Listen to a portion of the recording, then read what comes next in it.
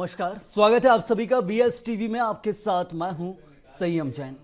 मध्य प्रदेश और छत्तीसगढ़ में मिशन 2023 को लेकर सियासत की नब्ज अब धीरे धीरे तेज होने लगी है। सियासत के इस महासमर की तैयारियों के बीच मतदाता अपने उस सियासी मूड को तैयार कर रहा है जो मिशन 2023 में पार्टियों और उम्मीदवारों का भाग्य तय करेगा। बीएस टीवी मध्य प्रदेश और छत्तीसगढ़ की हर विधानसभा में पहुंचकर हम जहां जनता के मुद्दों को आपके सामने रखेंगे, वहीं अभी तक क्या रहा है वहां का राजनीतिक समीकरण, इसको भी विस्तार से समझाएंगे। आज बात करेंगे रीवा विधानसभा सीट की।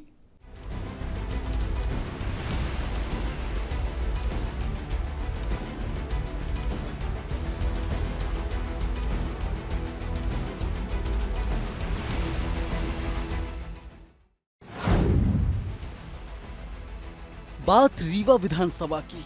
रीवा विधानसभा का सियासी इतिहास। प्रदेश की सबसे चर्चित सीट है रीवा।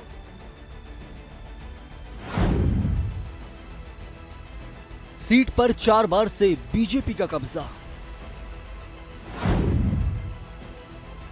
कांग्रेस का सूखा होगा खत्म या मिलेगी हार।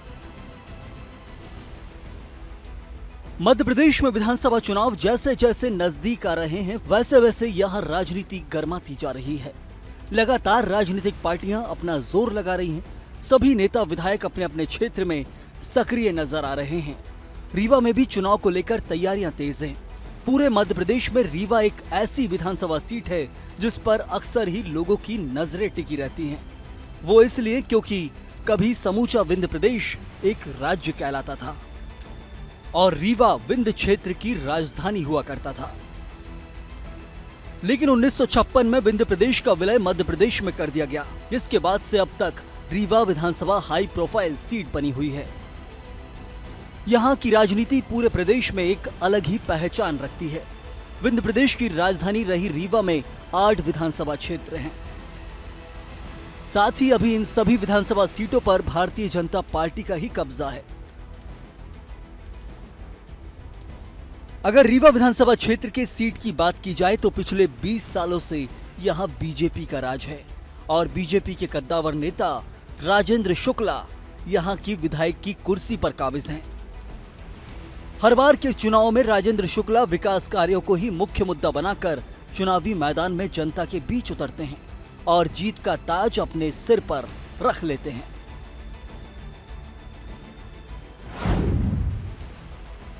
रीवा की खासियत, विश्व प्रसिद्ध महामृत्युंजय मंदिर। सुपारी से बनी कलाकृति विश्व में प्रसिद्ध। विंध्य प्रदेश की राजधानी था रीवा। विंध्याचल पर्वत श्रेणी की गोद में फैले हुए विंध्य प्रदेश के मध्य भाग में बसा रीवा शहर, जो मधुर गान से मुग्ध तथा बादशाह अकबर के नवरत्न बीरबल की जन्म स्थली रहा है। कलकल करती बीहर एवं बिछिया नदी के आंचल में बसा हुआ रीवा शहर बघेल वंश के शासकों की राजधानी के साथ साथ विंध्य प्रदेश की भी राजधानी रहा है। आज भी रीवा का वर्चस्व मध्य प्रदेश की राजनीति में बराबर का है। ऐतिहासिक प्रदेश रीवा विश्व जगत में सफेद बाघों की धरती के रूप में भी जाना जाता रहा है। रीवा शहर का नाम रेवा नदी के नाम पर पड़ा, जो कि नर्मदा नदी का पौराणिक नाम कहलाता है। पुरातन काल से ही एक महत्वपूर्ण व्यापार मार्ग रहा है, जो कि कौशाम्बी, प्रयाग, बनारस, पाटलिपुत्र इत्यादि को पश्चिमी और दक्षिणी भारत को जोड़ता रहा है। बघेल वंश के पहले अन्य शासकों के शासनकाल जैसे गुप्त काल, कलचुरी वंश, चंदेल एवं प्रतिहार का भी नाम संजोए है। रीवा की बात की जाए तो अपनी प्राकृतिक सौंदर्य के लिए तो ये जाना ही जाता है। इसकी खासियत है यहाँ का महामृत्युंजय का मंदिर। वहीं यहाँ पर सुपारी से बनी कलाकृति भी विश्व में प्रसिद्ध है। रीवा के ऐतिहासिक महत्व को देखें तो पहले पूरा विंध्य क्षेत्र एक राज्य कहलाता था और रीवा विंध्य क्षेत्र की राजधानी हुआ करता था। रीवा संभागीय मुख्यालय होने के कारण इस क्षेत्र के एक प्रमुख नगर के रूप में जाना जाता रहा है और संभागीय मुख्यालय के साथ ही इस क्षेत्र का एक प्रमुख ऐतिहासिक नगर है।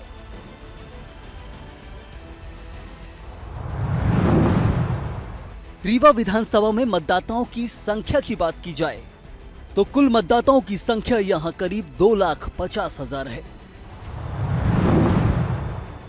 पुरुष मतदाताओं की संख्या 1,50,000 के करीब है, तो महिला मतदाताओं की संख्या यहां 1 लाख के करीबन है। रीवा जिले में 16 लाख से ज्यादा मतदाता हैं। वहीं अगर रीवा विधानसभा सीट की बात करें तो यहां 2,50,000 से ज्यादा मतदाता हैं, जिनमें 1,50,000 से ज्यादा पुरुष मतदाता और 1 लाख के आसपास महिला मतदाता हैं। 2003 से पहले तक रीवा कांग्रेस के किसी अभेद किले से कम नहीं था, लेकिन 2003 में हुए चुनाव के बाद यहां लगातार बीजेपी ही जीती।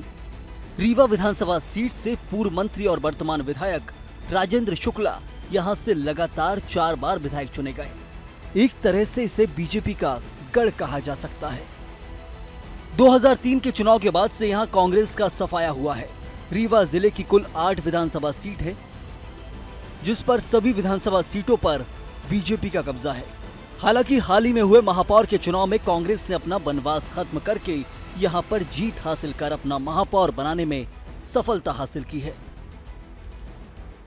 इस जीत के बाद अब ये मायने निकाले जा रहे हैं कि आगामी विधानसभा चुनाव में भाजपा की राह आसान नहीं होगी और उनका कांग्रेस से कड़ा मुकाबला होगा। हालांकि कांग्रेस में थोड़ी बहुत गुटबाजी अभी भी है, लेकिन वर्तमान समय में भाजपा की गुटबाजी भी कई बार खुलकर सामने आई है,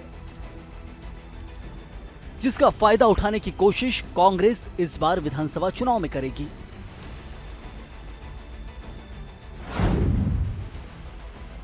रीवा विधानसभा में जातीय समीकरण की बात करें तो यहां सामान्य वर्ग के करीबन 59% मतदाता हैं, तो वहीं यहां ओबीसी वर्ग के 18% मतदाता हैं। अनुसूचित जाति वर्ग के यहां 11% मतदाता हैं, तो अनुसूचित जनजाति वर्ग के मतदाता यहां 6% हैं। रीवा विधानसभा सीट में जातीय समीकरण की बात की जाए तो यहां वर्ष 2018 में हुए विधानसभा चुनाव के हिसाब से 59% सामान्य मतदाता, जिनमें 38% ब्राह्मण, 10% राजपूत और 11% अन्य हैं। वहीं 18% ओबीसी हैं, तो 11% अनुसूचित जाति के और 6% अनुसूचित जनजाति वर्ग के मतदाता हैं। यही मतदाता चुनावी मैदान पर उतरे नेता का भाग्य तय करते हैं। रीवा जिले के अंतर्गत आने वाली 8 सीटों में से एक है और यहां पर लगातार बीजेपी का कब्जा रहा है।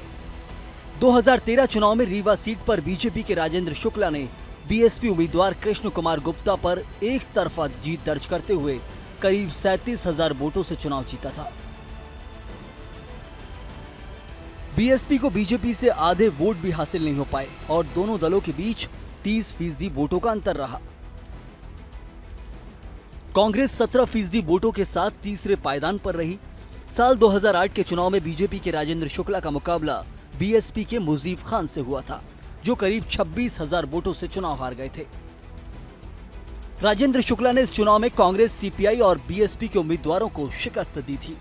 यहां ब्राह्मण मतदाता यदि एकजुट होकर किसी एक प्रत्याशी के पक्ष में चला जाए तो निर्णायक भूमिका निभा सकते हैं, परंतु क्षेत्र में ब्राह्मण मतदाताओं के आपस में बंटने का इतिहास रहा है। ब्राह्मण वोटर वोट डालने भी कम जाता है, जिससे इनका प्रतिशत कम हो सकता है।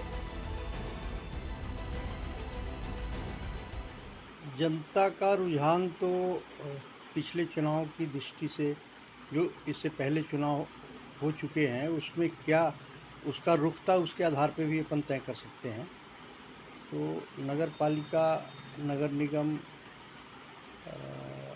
जिला पंचायत और जनपद पंचायतों के जो चुनाव हुए, तो उसके परिणाम के बरक्स हम देख सकते हैं कि वो स्थिति सत्ताधारी दल की नहीं है, जो स्थिति के चलते वो अभी तक सत्ता में रही। रीवा विधानसभा में सियासी समीकरण की बात की जाए तो साल 2008 में बीजेपी के राजेंद्र शुक्ला यहां 43,140 वोटों से जीते। और बीएसपी के मुजीब खान यहां 17,030 वोटों के साथ हार गए और इस बार हार जीत का अंतर 26,110 वोटों का था। तो वहीं 2013 में बीजेपी के राजेंद्र शुक्ला यहां 61,502 वोटों से जीते और बीएसपी के कृष्ण कुमार गुप्ता यहां 23,956 वोटों के साथ हार गए और इस बार हार जीत का अंतर यहां 37,546 वोटों का था। तो वहीं 2018 में बीजेपी के राजेंद्र शुक्ला 69,806 वोटों से जीते और कांग्रेस के अभय मिश्रा यहां 51,717 वोटों के साथ हार गए और हार जीत का अंतर 18,089 वोटों का रहा। रीवा विधानसभा के चुनावी समीकरण की बात करें तो यहां 2003 के बाद से लगातार बीजेपी का ही कब्जा रहा है। पिछले 20 सालों में यहां बीजेपी राजेंद्र शुक्ला पर ही अपना दांव खेलती नजर आ रही है और हर बार उन्होंने यहां पार्टी को जीत दिलाई है। राजेंद्र शुक्ला पहले मंत्री भी रह चुके हैं और रीवा को उनका अभेद गढ़ माना जाता है। साल 2003 से पहले जरूर यहां पर कांग्रेस का कब्जा रहा है। 2003 चुनाव के पहले यहां पर रीवा के महाराजा पुष्पराज सिंह विधायक रहे हैं, जब उमा भारती के नेतृत्व में पहली बार मध्य प्रदेश में बीजेपी की सरकार बनी, जिसके बाद यहां की जनता ने राजेंद्र शुक्ला को जिताकर उन्हें विधायक की कुर्सी पर बैठाया और पिछले 20 सालों से अब तक यहां विधायक की कुर्सी पर काबिज हैं। बात अगर सियासी समीकरण की करें तो साल 2013 के चुनाव में कांग्रेस ने अपनी स्ट्रेटेजी के साथ ही अपना उम्मीदवार बदला और 2008 के बीएसपी कैंडिडेट मुजीब खान को कांग्रेस से टिकट दे दी। बावजूद इसके इस चुनाव में भी बीएसपी का पलड़ा भी भारी रहा और बीएसपी फिर दूसरे स्थान पर रही। चुनाव में रीवा सीट पर बीजेपी से उम्मीदवार बनाए गए राजेंद्र शुक्ला ने बीएसपी उम्मीदवार कृष्ण कुमार गुप्ता पर एक तरफा जीत दर्ज करते हुए करीब 37,000 वोटों से चुनाव जीता था। बीएसपी को बीजेपी से आधे वोट भी हासिल नहीं हो पाए और दोनों दलों के बीच 30% वोटों का अंतर रहा। वहीं कांग्रेस 17% वोटों के साथ तीसरे पायदान पर रही। साल 2018 में एक बार फिर लगा कि कांग्रेस दमखम के साथ मैदान में उतरकर जीत हासिल करेगी, क्योंकि इस बार भी कांग्रेस ने पैराशूट लैंडिंग पर ही भरोसा जताया था और बीजेपी से आए अभय मिश्रा को कांग्रेस ने रीवा विधानसभा क्षेत्र की टिकट दे दी।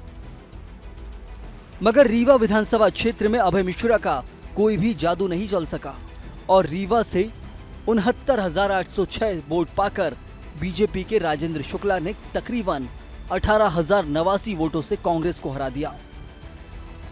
इस चुनाव में कांग्रेस को 51,717 वोट मिले थे।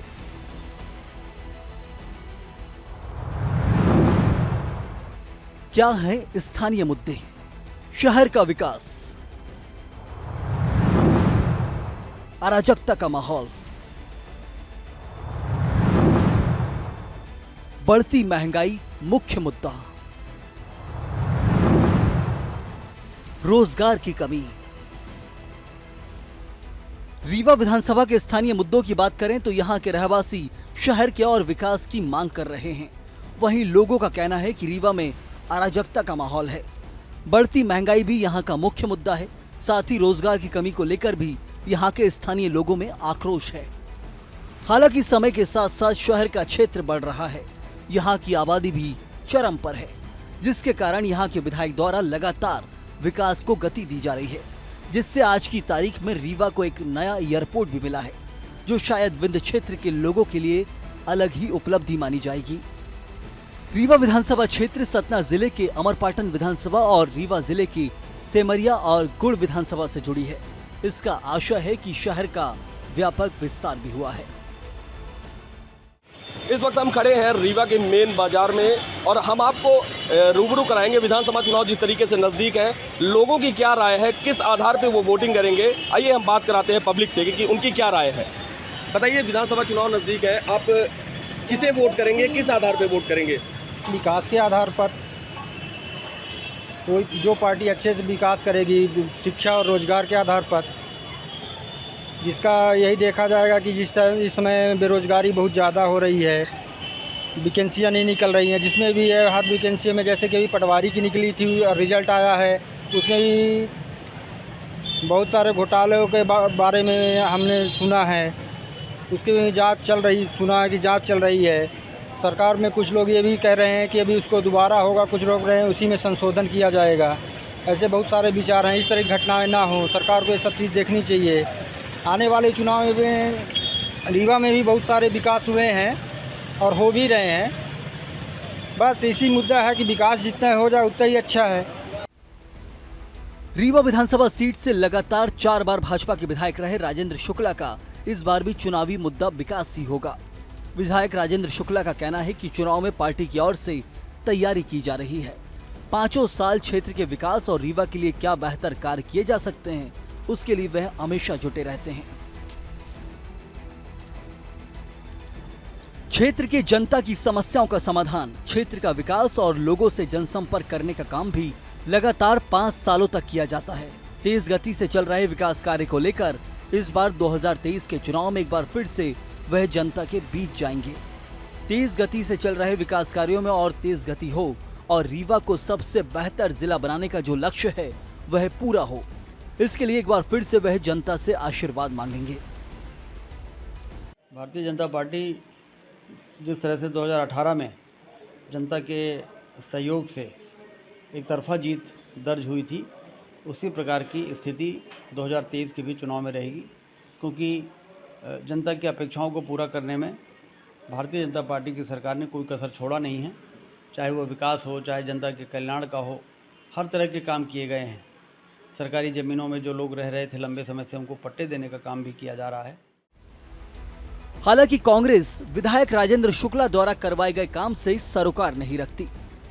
कांग्रेस का कहना है कि बीजेपी में 50% कमीशन का सिस्टम चल रहा है और शहर में विकास भी नहीं हुआ है, जिसको लेकर लोगों में गुस्सा है। क्या राजेंद्र शुक्ला और क्या कोई और भारतीय जनता पार्टी के बड़े बड़े जो नेता हैं सब इस बार धराशायी होंगे?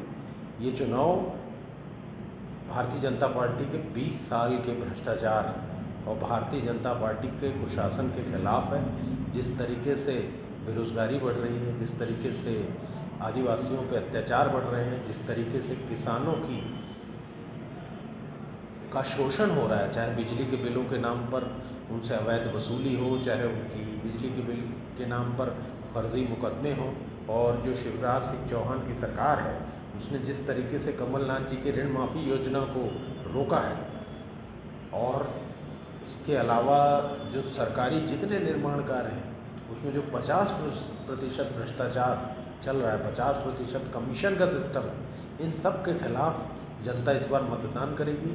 हमारा नौजवान परेशान है बढ़ती हुई बेरोज़गारी से, और बेरोज़गारी के इस दौर में जब कभी थोड़ी बहुत सरकारी नौकरियां निकलती हैं तो वो चाहे पटवारी चयन परीक्षा हो, चाहे वन आरक्षक चयन परीक्षा हो, और चाहे व्यापम जैसे मुद्दे हों, जब ये सब परीक्षा आयोजित होती हैं तो उसमें भारी भ्रष्टाचार होता है और फिर वो लिस्टें जांच के नाम पर रोक दी जाती हैं। हमारा नौजवान परेशान है, किसान परेशान है, और ये सब हमारे मुद्दे हैं, और हम संगठन की ताकत पर इस बार अपना चुनाव लड़ेंगे और विजय हासिल करेंगे। वहीं दूसरी तरफ कांग्रेस महंगाई और बेरोजगारी का मुद्दा लेकर बीजेपी के रथ को रोकने में लगी है और नगर निगम में मिली जीत को विधानसभा में भी जीत के रूप में देख रही है। इस बार का चुनाव दिलचस्प होगा, क्योंकि इस बार आम आदमी पार्टी भी पूरे प्रदेश में अपने उम्मीदवार उतारेगी। जिस तरीके से आम आदमी पार्टी पंजाब में जीत के साथ उभरी है, उससे आपको कम नहीं आंका जा सकता। नगर निगम के चुनाव में रीवा से आम आदमी पार्टी के उम्मीदवार को भी अच्छा जन समर्थन मिला था। कांग्रेस पार्टी 365 दिन सड़क पे होती है। जो समाज के जनहित के काम होते हैं, माननीय हमारे प्रदेश अध्यक्ष पूर्व मुख्यमंत्री कमलनाथ जी के नेतृत्व में हम सभी लाखों लाख कार्यकर्ता दिन रात कार्य करते हैं। आपने देखा होगा कि नारी सम्मान योजना का काम चल रहा है, और उनके जो वादे होते हैं वो वचन के पक्के हैं और गारंटी देते हैं। कह रहे हैं कि हम 1500 रुपये हर महिला को देंगे, 500 रुपये में गैस का सिलेंडर मिलेगा, और किसानों का कर्जा माफ़ होगा, 100 यूनिट बिजली पूरी तरह माफ़ होगी, और 200 यूनिट का बिजली का बिल विल हाफ होगा। इस तरीके की जो समतामूलक समाज की स्थापना के लिए आवश्यकता होती है, आम जनता के सुख दुख की आवश्यकता होती है, उस पर हमारे नेता काम करते हैं और हम सब कार्यकर्ता उनके साथ उनके पीछे चलते हैं और उनके कदम से कदम मिलाकर काम करते हैं। देखिए, प्रदेश कांग्रेस कमेटी, हमारे जो प्रदेश के मुखिया हैं, हमारे प्रदेश अध्यक्ष पूर्व मुख्यमंत्री कमलनाथ जी के नेतृत्व में पूरी तरीके से 2023 में भारतीय जनता पार्टी को बाहर का रास्ता दिखाने के लिए तैयार है। हमारा संगठन मुस्तैद है और हम लोगों ने बूथ लेवल तक अपने कार्यकर्ताओं की टीम तैयार कर रखी है। भारतीय जनता पार्टी की प्रदेश से सरकार जाना तय है और हम प्रदेश में 160 से ज़्यादा सीट लेकर मध्य प्रदेश में सरकार बनाएंगे, यह बात सुनिश्चित है। मध्य प्रदेश में इस साल के अंत में विधानसभा का चुनाव है। राजनीतिक दलों ने तैयारियां भी कर ली हैं। रीवा में एक तरफा बीजेपी का कब्जा रहा है, लेकिन देखना होगा कि इस विधानसभा चुनाव में ऊंट किस करवट बैठेगा। क्या जनता एक बार फिर बीजेपी को ही जीत की पताका लहराने देगी या कांग्रेस अपना सूखा समाप्त कर यहां नया इतिहास रचेगी? BSTV के लिए रीवा से गोविंद सिंह बघेल की रिपोर्ट।